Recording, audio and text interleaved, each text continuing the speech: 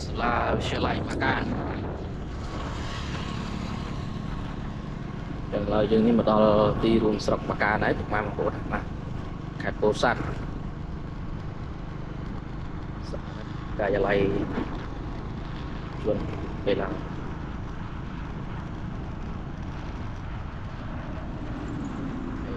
ថាអេស៊ីដាទៅដល់ស្រុកណាគឺធំប៉ុណ្ណានៃបាទសាខាអត់ដែលទូចទេអេស៊ីដានេះមួយដល់ណាគឺធំដល់ហ្នឹងដូចលើកទីវិឡាមួយប៉ុណ្ណានៃ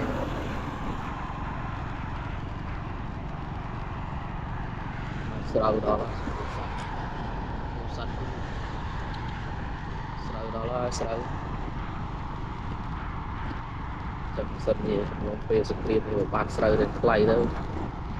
មកបងប្អូនយើងគាត់សប្បាយចិត្តដែរបងប្អូន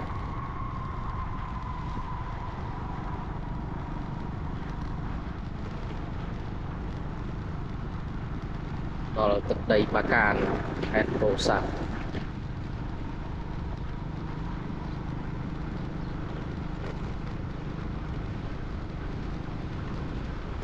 បំផលអ្នកពោធិ៍សាត់សុខភាពមកពេលអត់មានណាគេលើកបងប្អូន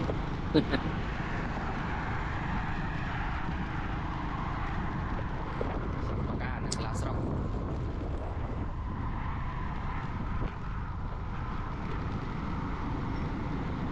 ទីរួមស្រុកណាបងប្អូន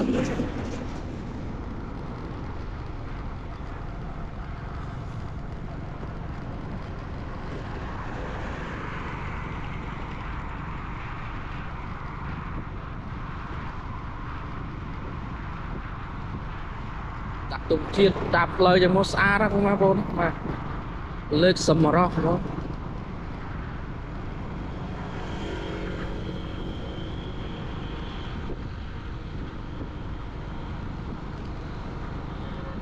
ចឹងខេត្តពោធិ៍សាត់សម្រាប់អភិវឌ្ឍទៅនឹងលឿនដែរថាផ្លូវថាលើកមកភ្លឺតាមដងផ្លូវទេបងប្អូនណាមានតែភូមិចម្រាំមានតែស្អីទៀតទៅគ្រប់បាទខេត្តពោធិ៍សាត់លេចឡូ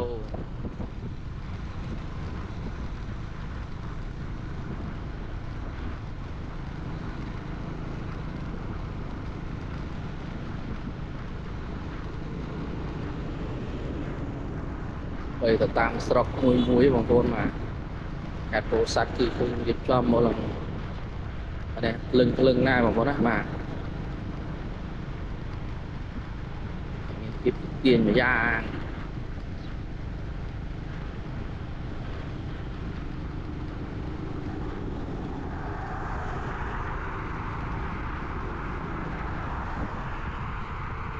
ដល់រោសោះដល់ពុំឆ្នាំងមុននោះសុវិទិរួមមកនោះបងមានលុបបាយសាច់តាំងអីច្រើនខ្ញុំមកពេលជិះម៉ូតូអញ្ចឹងរឿងទឹករឿងស្លទឹកអត់ទឹកអីគឺមិនសូវម៉ាក់ទេបងប្អូនបានអារឿងលក្ខណៈសក់ក៏ក្រោះក្រៀមហ្នឹងអូខេបងប្អូនចូលចិត្តកន្លែង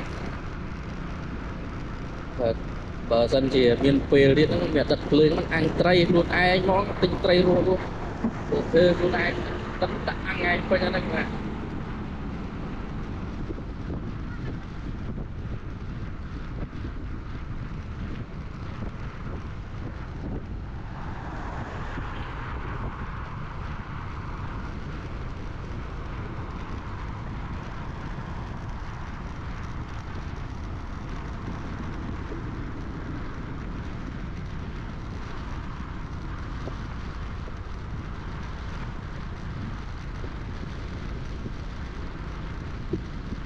ខ្ញុំមកដឹងអាផ្លូវវាំងពីនេះទៅចាក់ទៅចំដល់តឹងផ្លូវណាចង់ជិះកាត់ហ្នឹងមកចង់ស្គាល់ផ្លូវដែរតែដល់ពេលយើងដែរស្គាល់ផ្លូវបាទដែរហ្នឹងខ្លះគេថាផ្លូវជីភ្លេចមានផ្លូវកាត់ផ្លូវអីនេះចាប់ដល់ជីមួយចឹងដាក់សូឡាណាបងនេះក្រុមអ្នកជីចឹងខេត្តពោធិ៍សាត់ហ្នឹងនេះសើទេបងចាប់ដល់ជីដីដាក់ពពុលភ្លើងហ្នឹងដាក់ពាក្យភ្លើងសូឡា បែរទៅខាងភ្នំពេញហ្នឹងក៏គឺគេជីបដើរគេដាក់បដើដែរតែដែលឡែកនៅខាងនេះគឺជីបហើយគេជីបទុកឬណាគឺក៏មានដាក់បដើមកដែរដាច់មកដែរចឹងណាគួរអ្វីដែលជាសមិទ្ធផលសម្រាប់ខេត្តមួយបាទយើងគួរតែអបអរសាទរសម្រាប់ខេត្តមួយដែរបងប្អូនណាបាទខេត្តពោធិ៍សាត់អីបាទខេត្តក៏ចប់លើសូឡាបាទតាមដងផ្លូវជាតិទី5យើងនេះទៅលឹងម្ដងចឹងតែមើលតែខ្ញុំក៏រកមកតាមឆ្នាំក្រោយអីគឺនៅខេត្តពោធិ៍សាត់នេះគឺដឹងអាវ៉ាដាច់ហើយគូភ្លើងណាមកចិត្តនេះយកបដ លើសូឡាវាមិនសូវភ្លឺខ្លាំងទេបងប្អូនណាបាទបើចង់យកអាភ្លឺខ្លាំងក៏វាថ្លៃទៅតាមនឹងអញ្ចឹងណាបាទតែបើយើងយកភ្លើងម៉ូអីអាហ្នឹងថ្លៃក៏តាមនឹងស្ទែអញ្ចឹងណាបាទយកមកថ្លៃណាស់ណាបងប្អូន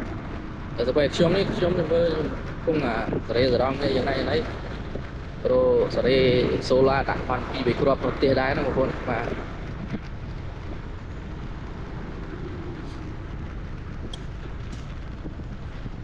សិតច្រូតពោធិ៍សាត់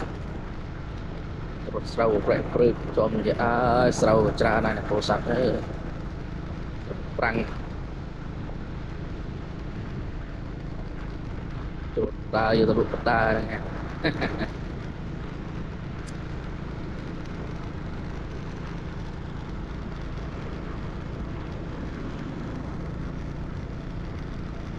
ពេលដែលជីកតាមផ្លូវអញ្ចឹងមានអារម្មណ៍ថាចំណែនតែពោធិ៍សាត់តាម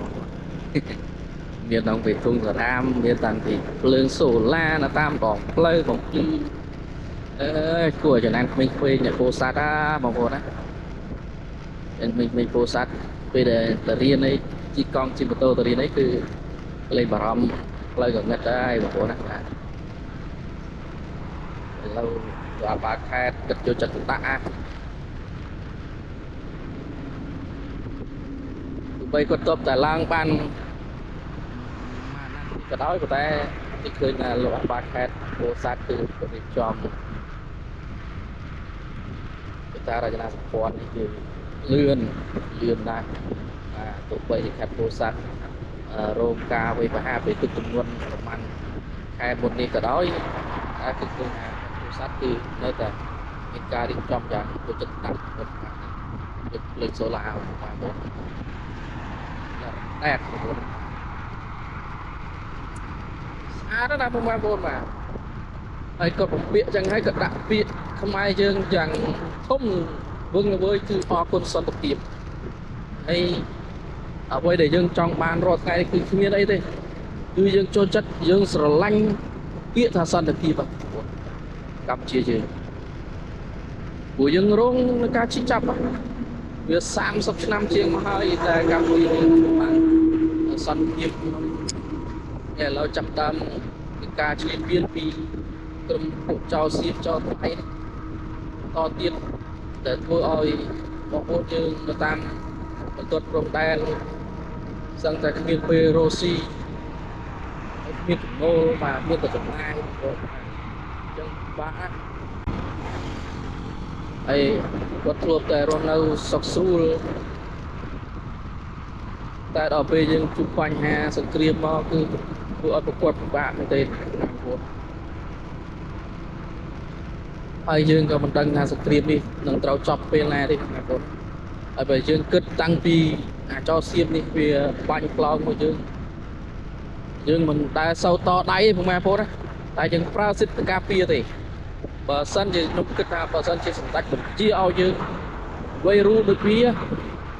ខ្ញុំគិតថាប្រហែលជាឯនេះបើយើងវ័យចិត្តដល់បង្កអស់បងប្អូនទោះបីមានយន្តហោះក៏ដោយតែរាល់ថ្ងៃនេះគឺដោយសារតែយើងគិតពីច្បាប់អន្តរជាតិព្រោះដូចសម្ដេចគាត់លើកឡើងចឹងសម្ដេចហ៊ុនសែនគាត់លើកឡើងហ្នឹងបាទយើងមិនចង់មានសង្គ្រាមទេយើងចង់បានតែសន្តិភាពហើយរាល់ថ្ងៃដែលយើងបាញ់តនេះគឺ យើងប្រើសិទ្ធិនៃការការពារដែនដីអាចចាក់កម្ពុជារបស់យើងតែប៉ុណ្ណឹងឯងយើងអត់ដែលទៅយើងទៅប្រើយើងឆ្លៀតពៀនអីគឺ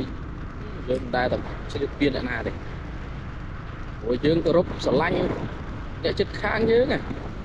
យើងឲ្យតម្លៃអ្នកជិតខាងយើងណា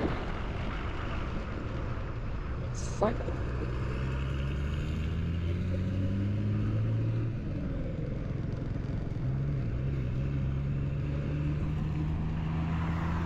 លើកលែងតែអ្នកជិតខាងយើងទេអូត្រឹមបានសម្រាប់បានហូបបាយឡូវនេះដឹងម៉ោងប្រហែលទេចេញពីបាត់ដំបងម៉ោង7:09ហ្នឹងម៉ោង1ម៉ោង1ជាងបងប្អូនណានេះម៉ោង1អត់ទាន់បានហូបបាយថ្ងៃទេដោយសារចេះបងប្អូនពិតដោយសារខ្ញុំជិះម៉ូហ្នឹងស្នងការប៉ូលីសដូចជានៅខាងនេះឯងបាកានគាត់យើងដោយសារខ្ញុំដឹកឲ្យវាវ៉ាន់អញពេញនឹងពេកដល់វាចឹងទៅខ្ញុំខាតពេលដល់វាចឹងតែពិតខ្ញុំត្រូវមកដល់ពុំឆ្នាំងយូរហើយបងប្អូនណាតែឥឡូវនេះខ្ញុំទិញបាយក្នុងហូបអស់ជិត 20000 បងប្អូនម្នាក់ឯងណាបើនៅប្រពន្ធនឹងដូចដល់ម៉ោង 1 ម៉ោង 2ទៅត្រឹមម៉ោង 10 ពី 10 ឲ្យប៉ុនមកគឺបាយរីត្រី2គីឡូឲ្យ 10000 បងប្អូនត្រីឆ្ពិនតែអាត្រីនេះខ្ញុំអត់ស្គាល់ទេបងប្អូនតែហៅត្រីស្អីគេអីទេបងប្អូនអើយតែមួយយើងធ្វើដំណើរផ្លូវឆ្ងាយផងបងប្អូន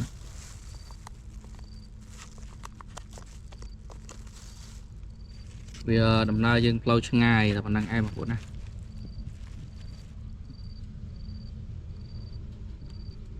យាយតានេះ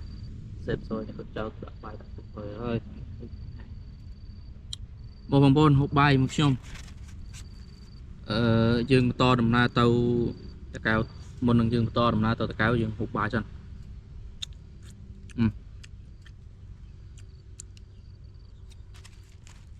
គឺខ្ញុំហូបដូចប៉ុណ្ណឹងនឹកឃើញអានឹកត្រូវរឿងខ្លួនឯងកាលនៅពីតូចដាក់មងដេញយកត្រីឆ្ពិនសបាយ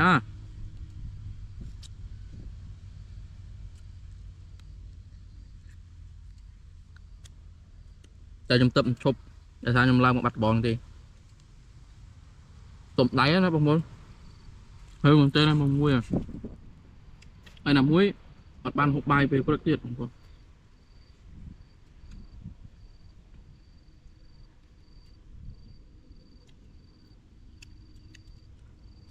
បើស្អីយើងប្រញាប់ណាមួយព្រឹកមិញ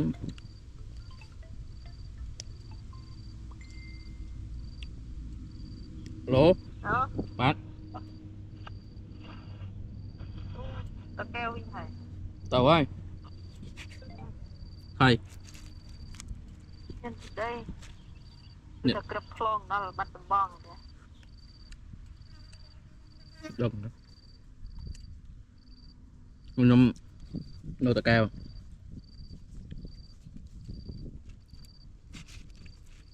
លើតែគេខ្លងទីបើពេទ្យទៅដល់កលមកចិត្តបារម្ភពីសុខបញ្ហាសារឡោតឮថាផ្លោកដល់បាត់ដំបងមិនដឹងមិនមកទេបងប្អូន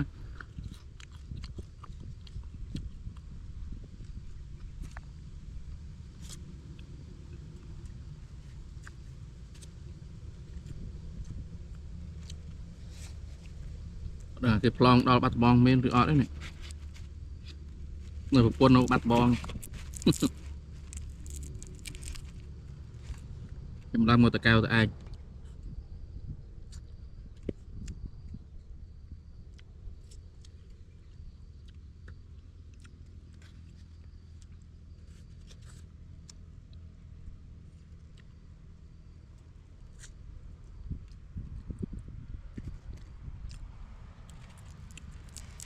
ខ្ញុំជប់បាយនេះខ្ញុំជប់បាយចូលជ្រៅ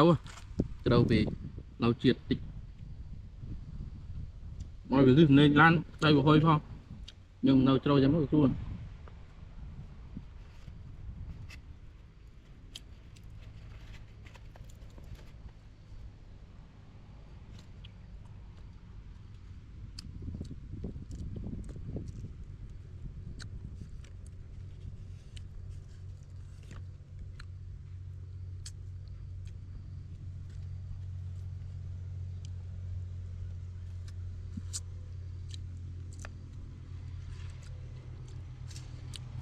trời phân khai ní lạnh tích bằng con lạnhแต่พอ trời phân sinh anh nhá bằng con việc tưa là chắc ăn tập bản năng nghe trời phân à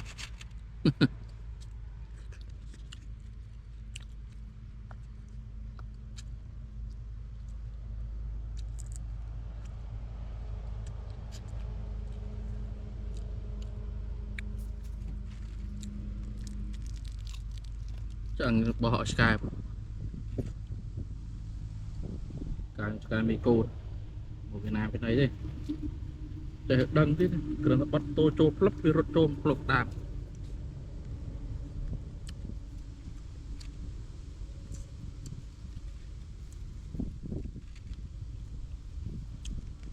nhưng mà nó là ti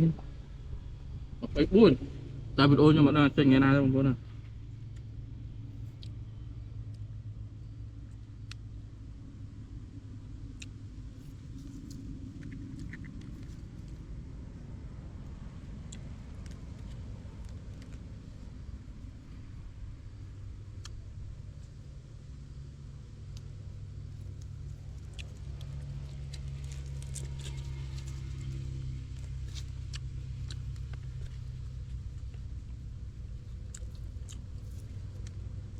ăn cream nhâm đằng bài kia còn bài còn cái bây giờ ngắn nha đây mấy cái miếng một lúc ói lò mà.